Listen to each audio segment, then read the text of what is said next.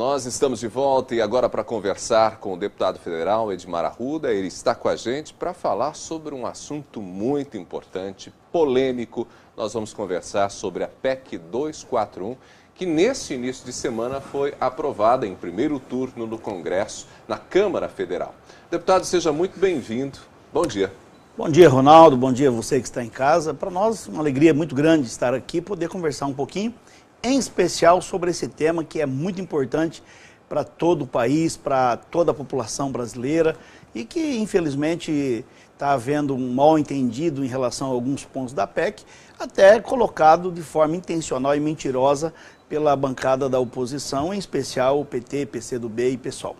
Bom, o senhor já apontou em como votou. Votou a favor da PEC 241, que é um projeto que, na verdade, é uma emenda à Constituição que altera as regras de como são distribuídos os recursos.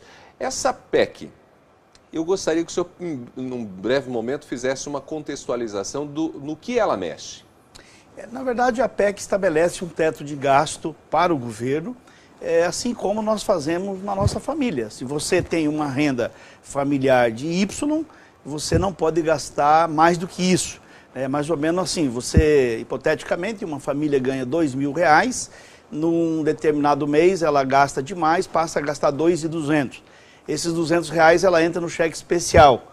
Então, no outro mês ela vai gastar R$2.200, a conta vai ficar R$400 no cheque especial, mais os juros do primeiro mês.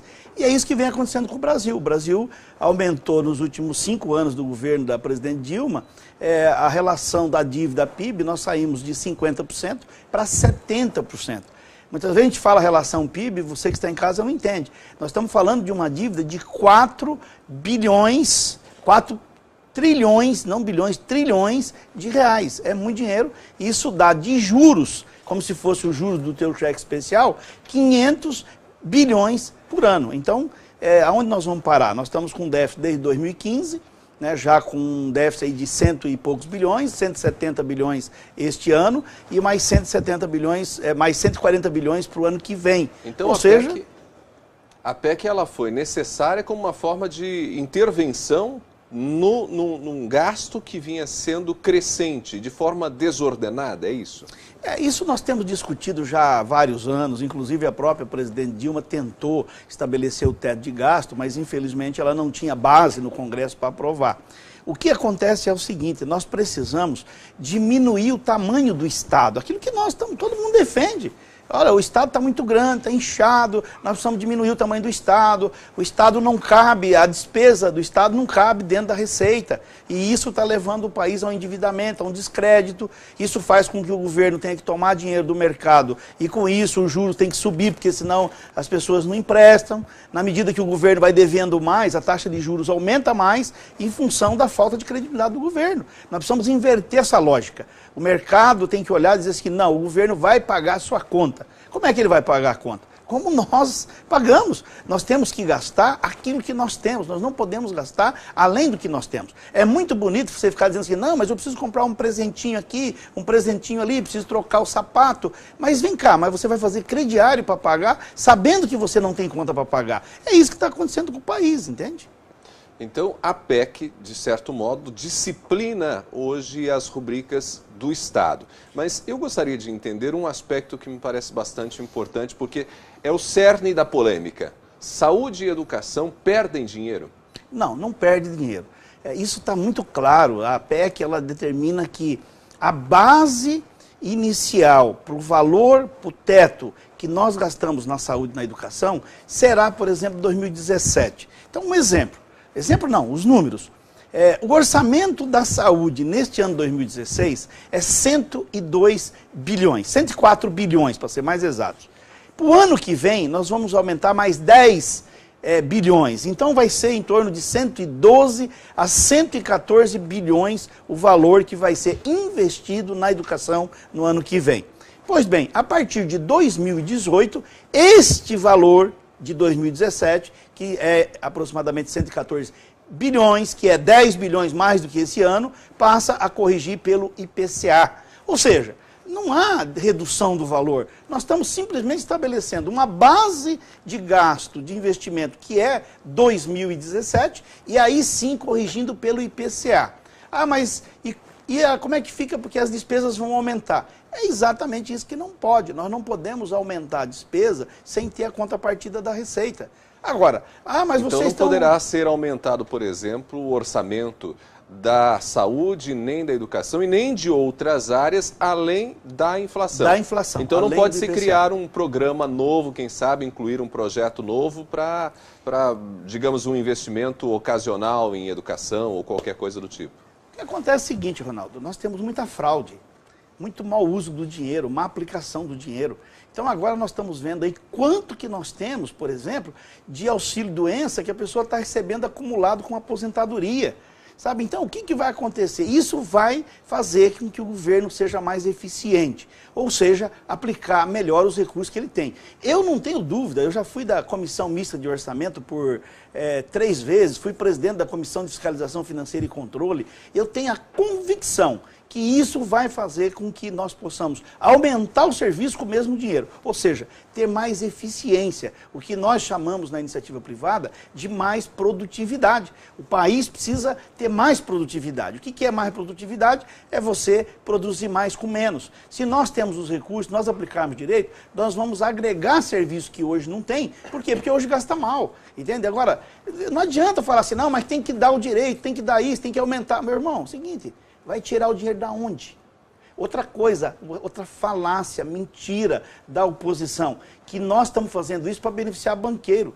Você sabia que desses 4 trilhões de dívida do Brasil, que o Tesouro deve, que o governo deve, só 20% é de banco? 80% é dos fundos de pensões, tanto os internacionais e nacionais, que o governo obrigou as Previ, a FUNCEF, a comprar título do Tesouro, e 20% aproximadamente é das famílias brasileiras. Você que tem dinheiro no banco aplicado em CDB, talvez você não saiba, mas você está comprando letra do Tesouro Nacional. Portanto, nós não estamos preservando o banco, nós estamos preservando que a conta que o governo fez com você que está investindo, com os fundos de pensão que precisam desse recurso para pagar as aposentadorias dos aposentados, sejam garantidos. E ainda mais, se nós conseguirmos agora, com o teto, reduzir em 1 ponto percentual a taxa de juros, nós vamos reduzir 43 bilhões de juros por ano. Então, você vê que não é isso. Ou nós fazemos isso, ou o país não vai sair do atoleiro. Muito pelo contrário, ele vai afundar no atoleiro. Aí vai dizer, mas por que está fazendo agora? Está fazendo agora porque agora é a hora de aplicar o remédio que devia ter sido aplicado antes, mas que infelizmente o governo do PT não teve competência para fazer. Então, quando o governo cria esse teto, o prefeito, o governador não pode simplesmente mexer no orçamento a bel prazer, é isso? Não, nós não estamos limitando o orçamento do governo municipal e do governo estadual. É só do governo federal? É só do governo federal. Nós estamos até aconselhando o Estado e o município a ter uma lei própria, também estabelecendo isso, tá certo? O que não vai poder é um Rio de Janeiro, por exemplo, que não está pagando a aposentadoria dos seus funcionários, dos seus servidores aposentados, não está pagando o salário. Rio Grande do Sul não está conseguindo pagar o salário com 100% da arrecadação. Minas não está conseguindo pagar. Então, que país é esse que eu faço conta sem ter o recurso para pagar? Ah, não, mas o paizão, que é o governo, vai pagar. Não vai mais. Então, os estados e municípios vão ter que se adequar, porque não vai ter mais socorro do governo federal para pagar incompetência do governo municipal e do governo estadual. Então, de certo modo, afeta estados e municípios, porque esses entes públicos também, esses entes federativos, vão ter que se ajustar. Não afeta pelo seguinte: hoje nós temos um status de repasse para os estados e municípios, correto? Existe um status, hoje está sendo repassado. Esse repasse ele vai ser mantido e vai ser corrigido. Pelo IPCA também. Pelo IPCA também. Ou seja, Aquilo que é repassado para a educação, para a saúde, para outros projetos, vai continuar. Então, o que o Estado tem que fazer? Ele também tem que adequar o orçamento dele no nível que ele está hoje. O que isso impede? Impede que o Estado aumente a sua despesa, aumente os seus custos, contando com o repasse do governo federal. Se ele tiver receita própria do município ou do Estado, é liberdade dele aumentar as suas despesas. Agora, nós sabemos que os municípios e estados estão gastando mais do que tem, hoje, não é amanhã, é hoje. Tem que se adequar, nós temos que equilibrar as contas do Estado para que tenha credibilidade. Nós precisamos reduzir a taxa de juros. Por que não reduz a taxa de juros? Não reduz a taxa de juros porque o governo tem que pagar uma taxa alta para poder captar esse dinheiro do mercado. Quando eu diminuo a taxa de juros e diminui a necessidade do governo de buscar dinheiro no mercado, esse dinheiro sobra e ele vai ser emprestado para a iniciativa privada, para o setor produtivo, a um custo mais baixo. Porque hoje o setor produtivo não consegue pagar os juros que o governo paga, porque a atividade dele não comporta. Você está entendendo? Nós precisamos mudar essa lógica, nós precisamos fazer com que haja recurso disponível no mercado, mas focado e voltado para a atividade produtiva, para o investimento em infraestrutura. Aí nós vamos gerar empregos, nós vamos gerar renda, a economia começa a rodar, nós vamos ter mais arrecadação. Outra falácia, mas isso é para 20 anos. Não é para 20 anos. O próximo presidente da República, se ele tiver uma base no Congresso, e se tiver recursos, ele pode alterar a PEC. Daqui a 10 anos vai ser feita uma revisão. Agora, não tem jeito, eu queria que você entendesse que nós, deputados, nós temos um compromisso com a nação, nós temos um compromisso com você que é aposentado, nós temos compromisso com o Brasil. Ou nós vamos fazer isso agora, ou lá na frente não vai ter dinheiro para pagar a folha de pagamento, não vai ter dinheiro para pagar a aposentadoria, e não adianta mandar mensagem para mim dizendo que é só reduzir o salário dos deputados, porque isso também não vai resolver. Entendeu? Eu não tenho problema nenhum de reduzir o salário de deputado. Eu até defendo a redução para 2/3 o número de deputados. Mas não é essa a questão. E isso ajuda? Ajuda. E nós também, o Poder Legislativo, também está entrando no teto de despesa. O Poder Legislativo também não vai poder gastar mais. Nós vamos fazer a reforma da Previdência? Nós temos que fazer a reforma da Previdência. Nós vamos fazer a reforma trabalhista? Nós precisamos fazer a reforma trabalhista. Ou a gente vai fazer agora, ou os nossos filhos, os nossos netos vão pagar um preço muito caro lá na frente. Deputado, foi um prazer mais uma vez recebê-lo. Obrigado por seus esclarecimentos. Sempre bem-vindo por aqui. Obrigado, prazer é meu e estamos sempre à disposição. Esse o deputado Edmar Arruda conversou com a gente, explicou um pouco mais a importância da PEC 241.